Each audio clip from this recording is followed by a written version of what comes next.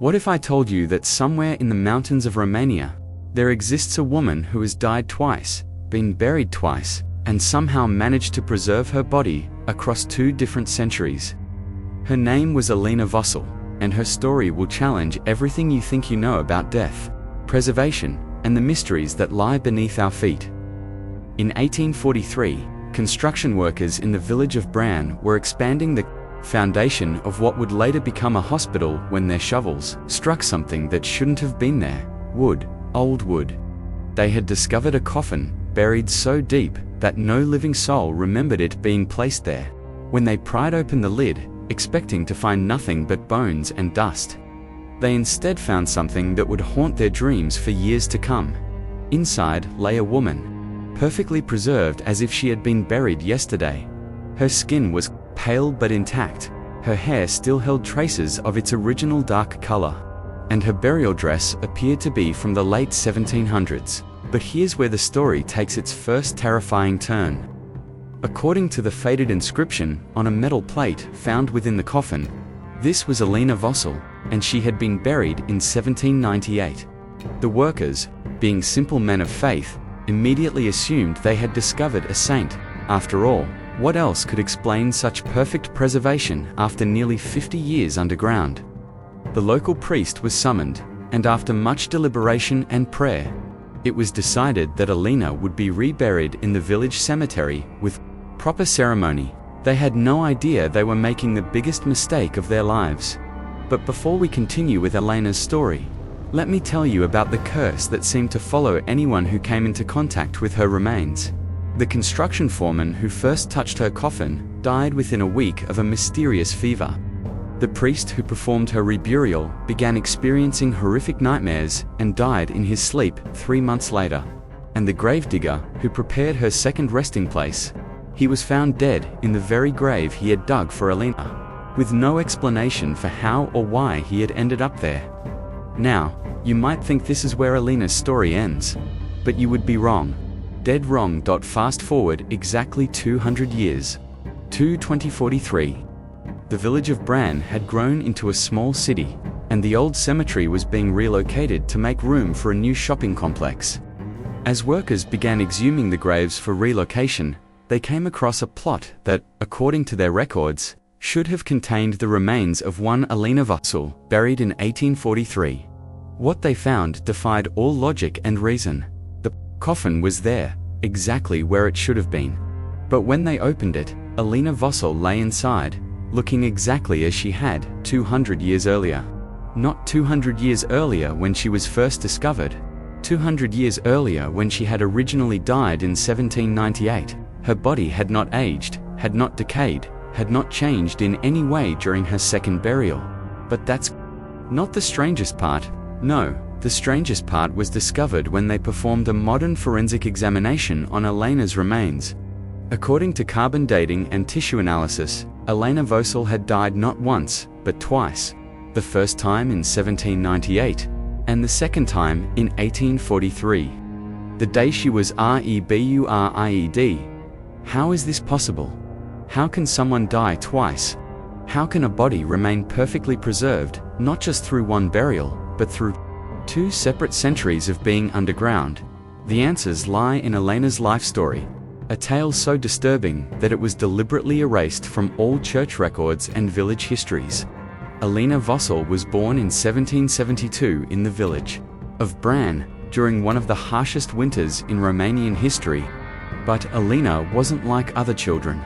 She was born during a solar eclipse, on a night when the village's livestock were found dead in their pens with no apparent cause. The midwife who delivered her reported that the infant Alina was born with her eyes wide open, staring directly at her, and that her first cry sounded more like laughter than the wail of a newborn. As Alina grew, strange things began happening around her. Plants would wither when she walked past them. Animals would flee when she approached. And most disturbing of all, people who spent time with Alina began aging rapidly. Her own parents looked decades older than their actual age by the time Alina reached adolescence. The village priest at the time, Father Constantin, became convinced that Alina was cursed, or worse. that she was some kind of supernatural entity feeding off the life force of those around her. He began keeping detailed records of Elena's effect on the village. Records that were later destroyed, but fragments of which survive in personal letters and diaries. According to these fragments, Elena seemed to be aging backwards. While everyone around her aged rapidly, Elena herself appeared to be getting younger as she grew older. By the time she reached her 20th birthday in 1792, witnesses described her as looking no more than 16. By her 24th birthday, she appeared to be 12 years old. This is where the story takes a turn into pure nightmare territory. The villagers, terrified and desperate, made a decision that would haunt their descendants for centuries. They decided Elena had to die. Not just die, but die in a way that would prevent whatever was inside her from ever returning. On a cold December night in 1798, Elena was lured from her home under the pretense of a village celebration. Instead, she was taken to a cave in the mountains above Bran, where the entire adult population of the village was waiting. What happened in that cave was so horrific that those who participated took vows of silence that they kept until their deaths. But we know what happened because Elena herself told us in the modern forensic examination of Elena's body. Investigators found something extraordinary. Her throat contained traces of a substance unknown to science. When analyzed, this substance appeared to be some kind of biological recording device, preserving not just Elena's final moments, but her thoughts and words during the ritual that killed her. Using advanced technology, investigators were able to extract and decode these biological recordings. What they heard was Elena's voice, perfectly preserved, describing her own murder in terrifying detail. She spoke of being bound to a wooden stake while the villagers formed a circle around her. She described the priest reading from a book that was not the Bible, but some older, darker text. She told of feeling her life force being drained from her body, not by death, but by some ritual that was designed to trap her soul within her physical form. But here's the most chilling part of Elena's recorded testimony. She wasn't angry about what the villagers had done to her. She was grateful, because, according to Elena, the ritual hadn't killed her at all. It had simply transferred her consciousness from her living body into her dead one. Elena Vosel had become something that had never existed before, and, hopefully, would never exist again. She had become a conscious corpse, aware of everything happening around her, but trapped within a body that could no longer move or speak.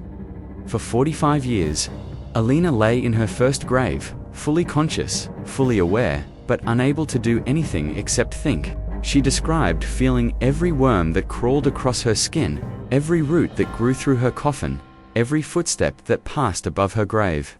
She was experiencing a kind of hell that no living person could imagine. But the story gets worse. When Elena was discovered in 1843 and reburied, the ritual's effect was renewed. Instead of finally allowing her to rest, the disturbance of her grave reset the supernatural curse, giving her another 200 years of conscious burial. The investigators who studied Elena's remains reported that her biological recordings continued right up until the moment they opened her coffin in 2043. For 2 full centuries, Elena had been aware, had been thinking, had been experiencing every moment of her underground imprisonment. But what was Elena thinking about during those 445 years of conscious death? What keeps a mind occupied when trapped in darkness for centuries? According to the recordings, Elena spent her time remembering, but not just remembering her own life. Somehow, the ritual had given her access to the memories of every person she had ever encountered while alive. She could recall, in perfect detail, the entire life story of every villager who had participated in her murder.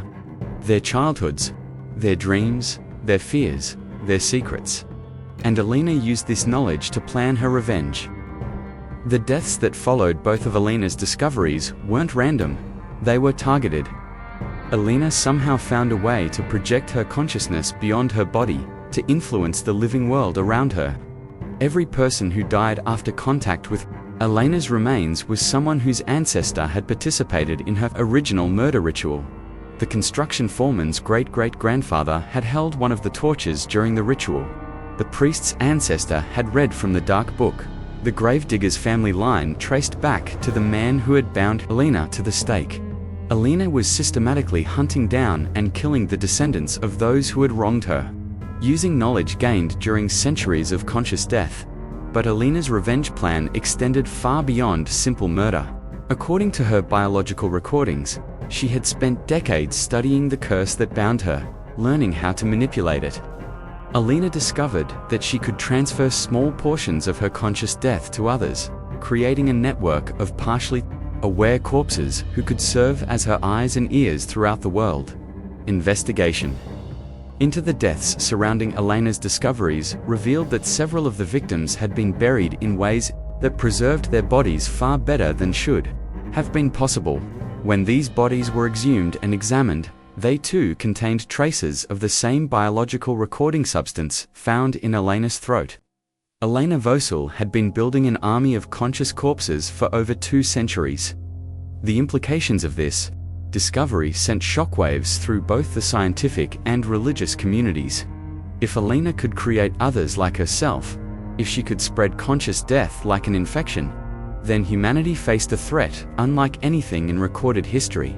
But the most terrifying discovery came when investigators attempted to destroy Alina's body. Every method they tried failed. Fire wouldn't burn her, acid wouldn't dissolve her, and attempts to dismember her resulted in the body parts somehow finding their way back together within hours. Alina Vosyl had become truly immortal, and her centuries of conscious death had driven her completely insane.